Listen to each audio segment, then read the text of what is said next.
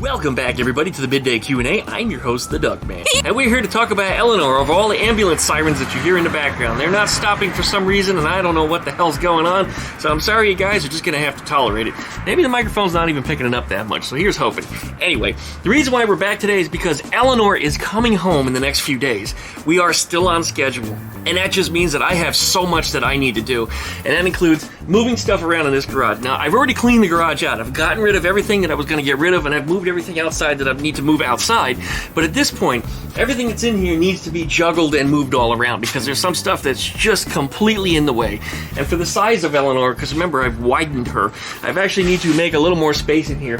So I'm going to show you a little bit about what's going on in here, and I'm going to try to dispel some of the myths and rumors and some of the nonsense that people just love to say about me and my YouTube channel, and some of the illogical things that people say about, putting a square block in a square hole. Apparently a small square block, won't fit. People, I don't know. I always have to prove myself right because everybody else always thinks that I'm wrong. So here we are again, having a little bit of fun today. But what I need to do is get in this garage here and move stuff around, so we're going to show you what's going on. So right here after the intro, let's go ahead and see what we've got. Like, comment, subscribe. Don't forget to plug that dingle blaze to get updates every time I have a video. Check out duckshit.net for all my different social media links, as well as my other YouTube channels. And we'll be back right after that intro.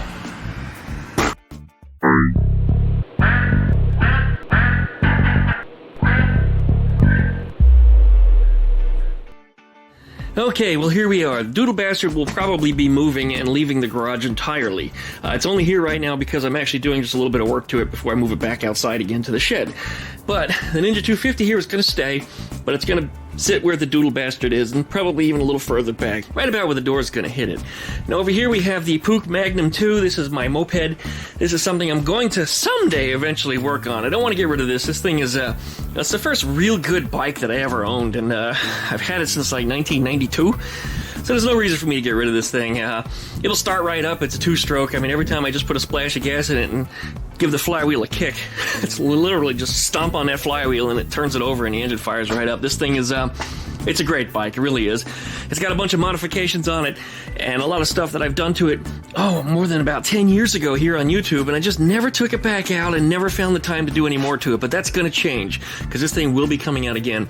But the downside is the handlebar sticks out just a little bit, and the clutch handle that used to be on it, which was actually a rear brake lever, very often caught Eleanor's fenders when I pushed her in and out of the garage. Now, at that time, Eleanore was up on top of a dolly. So when I pushed her in, she was much higher than she would have been. At this point, when Eleanore comes home, if I do put the body on the chassis, the fender would go right under that and shouldn't hit it at all. That's if it's even that close. Now, Eleanor's chassis is over here, and I opened up the toolbox on purpose over here. You can see that that's kind of a no-no. I can't have the toolbox there anymore. Actually, the toolbox before put a lot of scratches on Eleanore before the paint was even on it, so this toolbox can't be there. The good news is it's on rollers, so it's pretty easy to move, but it is a big, heavy stainless steel toolbox, and there's probably about $5,000 to $10,000 worth of tools inside of there. There's a lot of things in there, but it needs to go backwards. And you see where my compressor is there. I want to put the toolbox on the other side of the compressor. And that cabinet that's there is going to be too low. That's going to hit this. So I'm going to have to raise that up or move it or just get rid of it entirely. Or maybe put that cabinet where this cabinet is or next to it, maybe over here even, and see what I can do with that. The compressor will then move down this way just a little bit. My lathe that's there is probably going to stay. It's also on wheels, so it's real easy to move around. So when I want to get to the toolbox, I can just move the lathe out of the way a little bit and grab tools. Not a big issue. I don't want to put the lathe out in the weather. That's actually the way I got it. It was sitting out in the weather for several years because the previous owner, Rob, a friend of mine, he used it once or twice for a job, and then he just pushed it outside of his shop and let it sit there. The thing weighs an absolute ton. Once upon a time, it actually fell over backwards while it was in my driveway when I was using it, and I couldn't get it back. I could not get the thing back up onto its legs. I had to go and grab my cherry picker and get the thing lifted up and put it back on its legs. But anyway, since then I've put it on wheels. It's still very back heavy because you can see it. The motors stick way out to the back, so it has a tendency to want to fall. So what I want to do is I want to build a little extension out the back of it and put the wheels on the end of that, so that way it has something to counter against, and also give me a little bit of shelf space on the back where I could put some of the tooling to this thing. That bin that's underneath it is full of all kinds of different cutting tools and all kinds of assemblies for the lathe, multiple different chucks. I mean, it goes on and on. There's probably thousands of dollars worth of tooling that's inside of that. And some of the stuff I've never even used before because I got the lathe as is. As far as I know, it used to be on a destroyer, a U.S. destroyer. I don't know which one. There's no details that are on it, but that's the backstory that I got from it. But it's kind of a neat tool, and I use it when I can. In front of this here, there's a couple of carts, and there's a toolbox behind that that's also on wheels. If I find some wall space, I might put it in here. Some of these shelves that you see in here with equipment and tools that are on it, the tools are going to stay on the shelves, but the parts, anything that's parts, you can see some motorcycle parts and stuff that are up here. This is the stuff that could actually be moved outside. I don't need to have that in here, and I don't need to have it where it's going to fall down. And that includes Zombaby sitting up there in a swing arm. Zombaby can stay inside because I doubt that she'll cause any scratches, or we really don't know. That's based on the mystery of the old Zombaby. But that swing arm is actually just hanging from a telephone wire. Someplace I put it something like almost 10 years ago, and that's where it's hung ever since. So I'm not going to leave that up there because one day that is going to come down and it's going to cause me an issue. Now that two-stroke pipe that's up there is actually attached to the garage door bracket. It ain't going to fall. That ain't going anywhere. In fact, I can hang from that. So I don't think I'm going to be moving that. If not for anything else, just for the sake of cleaning up the garage, I may just take it down and put it someplace else. I do have some tools hanging up there along the ceiling. That's a router table that Dad gave me. Very useful tool. I do use it periodically, but it's not going to be hanging there. I'm going to move it a couple pegs back, so it's not going to be over Eleanore. Although really it's not where it's at, but it doesn't mean it won't bounce off of something and then come over this way. Now the chassis sitting in this area actually is exactly where Eleanor's going to be. I measured the length, and currently from that red cart that's there to right about the end of Eleanor's engine here is approximately 12 feet and a few inches. Now, a Beetle is actually about 13 feet and 1 inch. Of course, I can give you the metric measurements, but I'm not going to. So I need about another foot of distance, and that's with bumpers. Currently, Eleanore has no bumpers, so I can fudge that space a little bit. So the car can sit a little further forwards when this stuff moves, or she can come a little bit back when the Ninja 250 moves, and there's a possibility there may even still be enough room that I can slip the Doodle Bastard in here if comes be. But I don't know what I'm going to do just yet.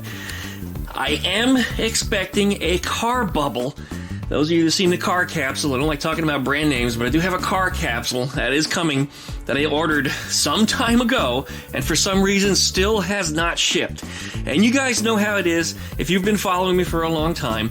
Anytime that I order something, it gets screwed up. Every single time something is wrong, unless it comes from CIP1. They've been consistently good every time.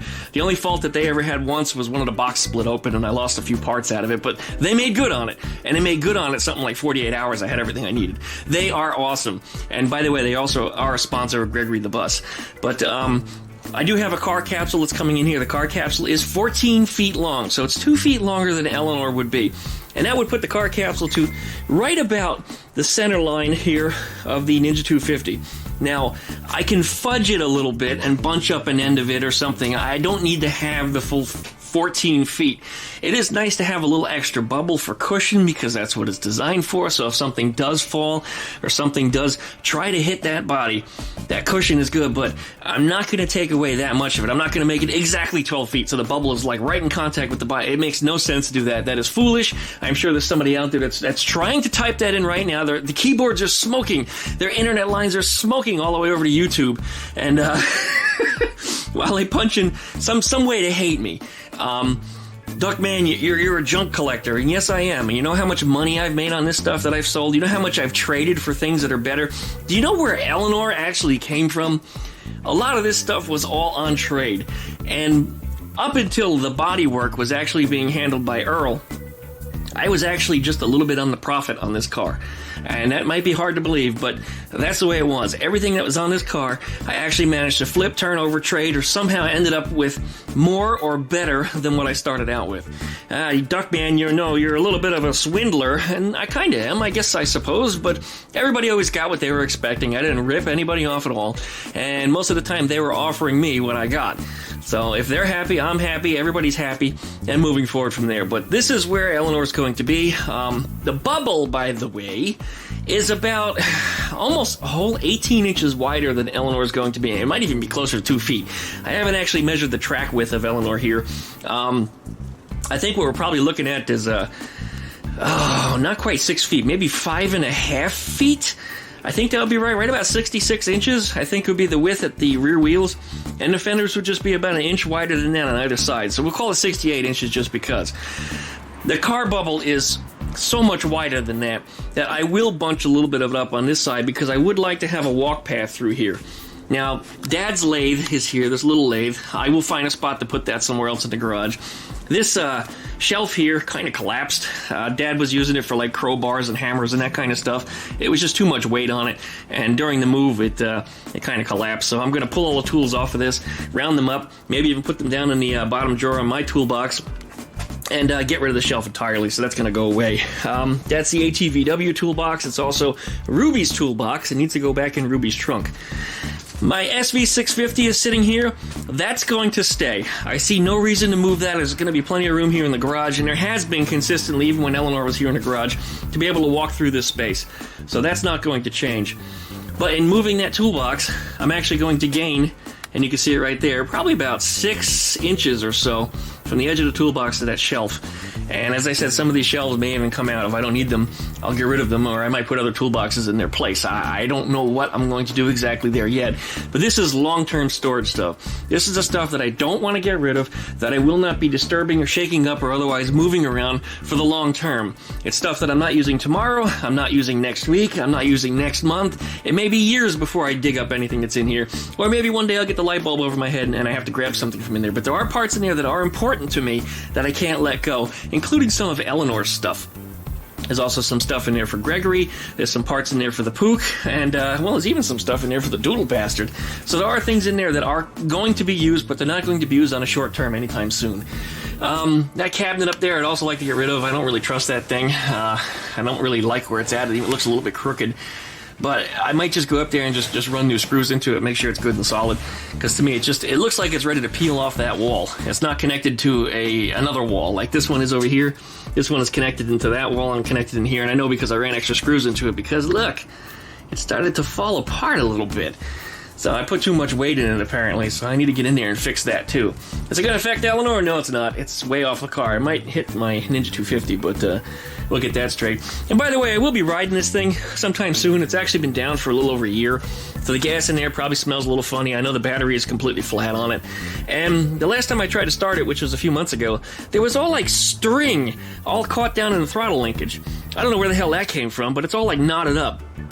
So it was causing the throttle to get stuck when I would turn it. It would stick, and I'd force it shut, and it would stick. It's a mess. So I'm going to pull the carburetors out and try to get all that string off of there and get it freed up. And once it's good, we'll start riding that thing again. Otherwise, the SV650 uses the same battery as the Doodle Bastard. So actually, that battery was scabbed out of the SV650. If I put that battery back in there, fill it with fresh gas, because I did run it dry the last time I had it, it should start right up. It's probably going to need a good bath because it's good and dirty, but I've kept it covered for most of the time, so only the finest of the dust will find its way up under the cover, but it needs to be cleaned out nonetheless. Dad's toolbox is over here too. I'd like to put that in a more accessible area where all my toolboxes are going to be. But even so, this is not such a bad spot. This is a giant drip pan for Volkswagens. Makes sense to keep that here in the garage, because if Eleanor's engine does drip, and actually this engine does not drip, by the way, you guys haven't seen that. I get asked all the time, what engine are you going to use? You know, I mean, I made probably about 24 videos about it. Well, there it is. As far as I know, it's stock 1600 dual port. It was recently rebuilt. When I say recently, I mean actually 10 years ago. But the previous owner of it was talking to me about it. I didn't buy it from her. I bought it from somebody else, so it's not like she was trying to sell me on it. But she says it only has like maybe 100 miles on it, probably not even that, because she and her father were working on the car, and unfortunately he got sick and passed. And then she couldn't keep the car because she didn't know what to do with it, so she sold it. And then that Beetle that it was in just sat outside for years. And Eleanore was put back together from some of the parts from that car. So when I get this thing together, I'm going to try to talk to her again and see if she'd like to take a ride in it. I think she'd enjoy that. A little bit of memory of her dad, especially when it came to this engine, you know, and all the stuff they worked on together. And I know the feeling, because, you know, I lost my dad last year too, and that hurts. That really hurts. Anyways, moving forward. Gotta make more room for Eleanore. That's really of the utmost importance, and that's what I'm shooting for today. So let's see how much of this space we can try to clear out and how much we can make work. I don't have that much time today. I do have some time tomorrow, but towards the end of the week, time is going to get more and more limited, because Eleanore is due to come home just days from now. Not even a whole week anymore, it's just days. And there's still things to this chassis that I need to do, like attach the rubbers all the way around it. I want to clean it because it's just been dirty from sitting so long. There's stuff on it that I'm just not happy with that I need to finish up. And if everything works out, when the body comes home, we'll just bloop, plunk it right down on this chassis, roll it into the garage, and tuck it away for storage briefly so I can start making some videos. But I got to get that car bubble in here, and that's killing me that that's not here yet. I'm a little concerned that it doesn't make it here in time. But I guess if I just get enough blankets, I can cover the thing up as best I can. But I really, really want to have that bubble on there. Well, it may not look like it changed much, but everything is much more densely packed on that side. That lathe still needs to find a home. I keep collecting moving blankets. Man, I have so many blankets, it's incredible. Just so many damn blankets. But now the lathe is available to me. I can use it at any time that I want without having to move stuff around. The doodle bastard actually has a home. I figured it would go back out in the shed, but I ended up with more space than I thought. I don't believe it. So it can go there, especially while I'm still working on a few things. It's a good dry spot for when it rains. There's a box down there that blew up. That's what all the debris is on the floor. I need to pick up those things and assimilate them or throw them out. There's some stuff in there that was just junk, so it needs to be picked up. But we're starting to lose daylight here, and I've got a dinner engagement, so I can't run that much longer doing this stuff. But this is massive progress. There's still some items that need to be assimilated into the shelving and stuff that I have set up in here. The cabinet that I took down from up there, I want to put that up somewhere else. I haven't decided where yet. It might even go just up in there, because that's an empty void, and that's a place where I could easily use some storage. So I'll find some places for some things to go. I see that shelf just collapsed. That's new. That was not like that when we started this video. So I don't know what I did there. Probably nothing. I bet it just kind of happened. But yeah, that's going to be an issue. That's the kind of crap I don't want falling down. A handlebar right against Eleanor's fresh paint, which cost almost as much as a brand new Honda Civic? I don't think so. No. The swing arm and things still need to come down. There's still a lot of stuff I need to put out in the shed, but this is massive progress. The rest of the stuff won't take me but maybe, you know, an hour or two just to throw things in boxes and bins and put them where they need to go. For example, those orange bins that are on that rolling tray there, that it's full of old man stuff. Light bulbs and nuts and bolts, all the stuff that old men collect. And that's what came out of Dad's house. And a lot of that stuff, I could probably pitch some of it. Some of it I am going to use. Nuts and bolts are indispensable. You don't throw nuts and bolts away. You just don't. And light bulbs, well, I mean, I get why he collected them, but if they're not LEDs, I'm ditching them. I don't want them. It's everything I use anymore is LEDs or fluorescents like you see up here. And that's only because those are already there. So we're just going to have to use what we got here in the garage. Anyway, new shop, however, will have all LEDs, probably long bar lights or, you know, something that's all LEDs, lots of LEDs. I want power consumption to be really low. Anyway, still walk path through here. I can still make it better because the Ninja 250 can roll backwards several more inches and give me even more space. That stool doesn't need to be there. It's just kind of where it's at. I got room to stuff my battery charger back in here. I was using it to charge the battery on Dad's car. I don't know what the hell happened, but it went flat. Probably because it's just been cold, and I only started every once in a couple weeks and run it for about 20 minutes, and I guess it just wasn't enough after a couple years of it sitting. So, it needed to be charged. I don't think it's a bad battery. I think it's just cold weather. Anyways, yeah, I guess that's it for now. Massive progress. I am happy. This makes me pleased. Oh, yeah. Oh, yeah. On a side note, where I've got the lathe, I think I'm going to turn it 90 degrees and run it this way. So it'll be kind of at the end of Eleanore, and it'll separate a little area for me to walk around, get to the toolbox without having to move stuff out of the way. I think that'll be a much more efficient use of space. And it's only about 51 inches, which brings it to right about here, so there's plenty of walk space for me to go in between everything to get out the door. But that's the pile of shit from the box that exploded. Not happy about it, but that's gonna go away. Anyways, as always, licky, likey, comment, and subscribe. Don't forget to plug that dingle bell so you get updates every time I upload a video. Check out DuckShitDoner for all my different social media links. Don't forget, you guys, I do have other YouTube channels. I always answer my Q&A videos, like, you know, what kind of engine you're going to use. I mean, I've put it in videos before, and I'll probably share a video link with you if you ask the question, because that's what I've been doing. Hey, guys, check out an older video. You know, the answers are there. Open book test. Thanks for watching, everyone. We'll see you next time.